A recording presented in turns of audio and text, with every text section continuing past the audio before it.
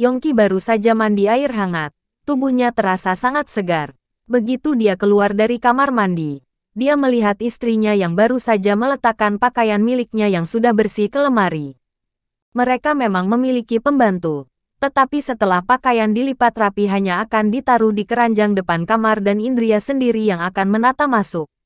Yongki hanya memakai handuk dililitkan sepinggang langsung memeluk istrinya dari belakang. Tengah malam begini istirahat saja. Kerjaan rumah bisa besok lagi, ucap Yongki.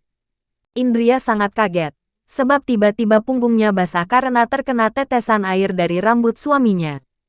Bih, ayo aku keringkan dulu rambutmu. Tapi pakai baju dulu Mas Yongki, pinta Indria. Nanti saja, jawab Yongki masih enggan melepaskan pelukannya. Nanti keburu dingin, sergah Indria mulai cemas. Kalau begitu hangatkan aku. Balas Yongki membalikkan tubuh istrinya dan memeluknya. Yongki menatap kedua bola mata Indria yang begitu indah. Sungguh mahakarya yang sempurna menciptakan gadis secantik istrinya itu.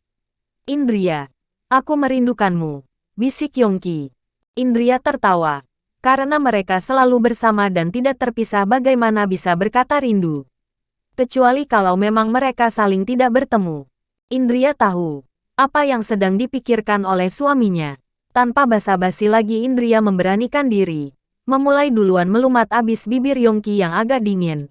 Indria semakin bersemangat untuk menghangatkan tubuh suaminya. Sudah hangatkan. Buruan pakai baju dan mari kita tidur. Aku lelah sekali. Jangan harap meminta lebih, ucap Indria. Iya, jawab Yongki tersipu malu. Mereka tidur bersama. Karena Yongki juga lelah. Malam ini tidak usil dan membiarkan istrinya tidur dengan nyenyak. Esok harinya Indria memasakkan makanan kesukaan Yongki. Tidak lupa juga membawakan bekal makanan. Indria, kamu mau ikut kerja tidak? Tawar Yongki. Tidak, aku mau di rumah saja membaca novel. Tolak Indria.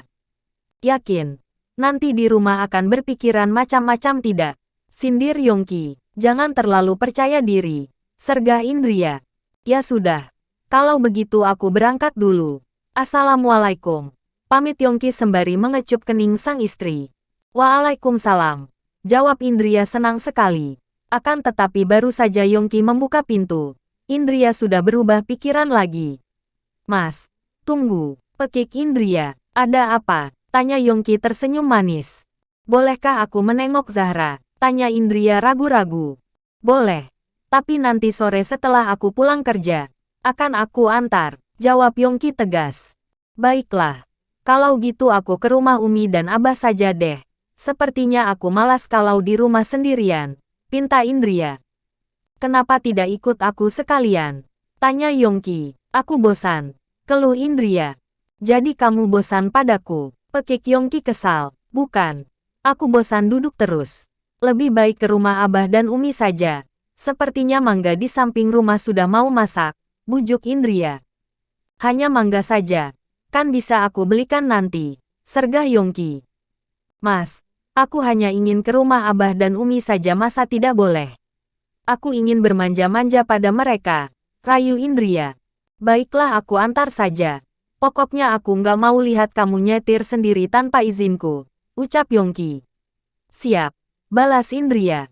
Indria sebenarnya hanya penasaran dengan cerita Miftah kemarin mengenai abahnya yang ajaib bisa tahu setiap pergerakan Yongki. Dalam benak Indria mengira jika abah mertuanya memiliki kekuatan gaib. Nyatanya sesampai di rumah mertuanya, Indria tidak lupa menanyakan hal tersebut. Setelah suaminya berangkat kerja, Umi, apakah abah punya ilmu ya? Bisik Indria. Ilmu apa? Tanya Fatimah balik bertanya. Ilmu gaib. Soalnya kata Miftah kemarin abah selalu tahu setiap kali Mas Yongki ingin melakukan sesuatu yang nakal. Sela Indria. Fatimah tertawa. Indria yang biasanya anggun tiba-tiba menjadi super kepo dan lucu. Semua orang tua pasti akan memiliki ilmu gaib tersebut. Di saat anaknya melakukan sesuatu pasti akan memiliki ikatan batin yang kuat. Karena kasih sayang orang tua pada anak sangat besar dan tulus. Sehingga misal anak tengah sakit atau dalam keadaan bersedih hati kedua orang tua bisa merasakan. Balas Fatimah. Masya Allah. Kalau begitu kedua orang tuaku juga begitu ya. Gumam Indria. Tentu saja. Balas Fatimah. Terus, Umi ingat tidak sesuatu yang terjadi pada Mas Yongki dan Umi bisa merasakannya. Tanya Indria semakin penasaran. Fatimah sambil mengingat-ingat.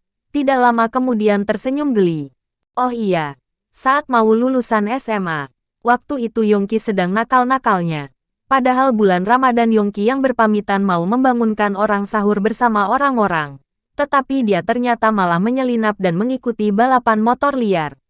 Suatu ketika Umi dan Abah sangat tidak nyaman. Kami mencari Yongki. Jika telat beberapa menit saja kami tidak membawanya pulang. Pasti dia sudah dimasukkan ke penjara dan tidak bisa mengikuti ujian nasional. Ungkap Fatimah. Haduh. Ternyata Mas Yongki tidak sekali dua kali ya Umi mendapat masalah dengan kantor kepolisian, ujar Indria.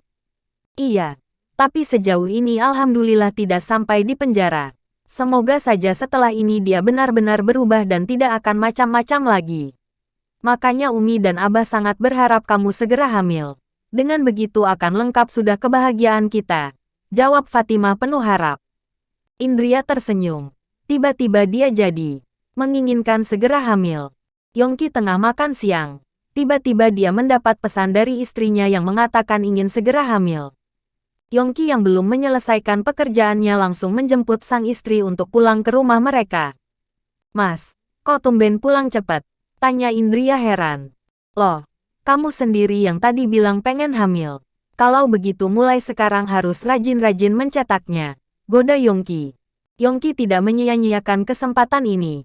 Dia langsung menerjang Indria seperti hewan buas yang baru saja mendapat buruannya setelah sekian lama kelaparan. Hei, kamu begitu bersemangat sekali. Pekik Indria kaget. Yongki menarik baju Indria, membuat tanda merah hampir di seluruh tubuh istrinya. Entah kenapa Yongki merasa puas jika kulit Indria yang mulus itu ada tanda kepemilikan. Menambah gairah dan hasratnya untuk bercinta. Mas, jangan lupa doa. Sela Indria. Iya, mana mungkin aku lupa. Jawab Yongki yang aslinya memang lupa. Indria sendiri kini juga tidak sungkan-sungkan lagi memberikan pelayanan terbaiknya. Apalagi mereka sekarang sudah sah menjadi suami istri. Memang benar apa yang diucapkan oleh sebagian orang. Ketika dua orang saling mencintai baru beberapa saat berpisah maka hasrat mereka semakin menggebu-gebu. Apalagi Indria sangat ingin hamil untuk membahagiakan suami serta kedua mertuanya. Sampai sore Indria dibuat menjerit untuk kesekian kalinya oleh Yongki. Memiliki suami yang gagah perkasa ternyata juga sebuah anugerah tersendiri dalam kebahagiaan batinnya. Bagaimana? Sudah puas belum? Bisik Yongki tepat di telinga Indria. Indria berbalik arah dan sengaja memunggungi suaminya karena merasa malu. Tapi harus diakui jika Yongki memang sosok lelaki idaman. Dia bisa tahu di mana titik yang bisa membuat Indria mencapai puncak kenikmatan. Dan hebatnya lagi bukan hanya sekali atau dua kali Indria bisa merasakannya. Yongki begitu senang dengan reaksi Indria yang malu-malu begini. Dia pun memeluk sang istri. Tadi sangat nakal sekali. Kenapa sekarang malu-malu begini? Goda Yongki. Entahlah mas. Jika dipikir-pikir sepertinya yang tadi agresif bukan aku. Apakah aku ini tadi terkena hipnotis ya? Balas Indria mengelak. Iya. Kamu sudah terkena hipnotis cintaku. Canda Yongki tertawa ngakak. Akhirnya mereka berdua tidur sambil berpelukan. Sebelum itu Indria menyalakan alarm agar nanti terbangun saat azan asyar.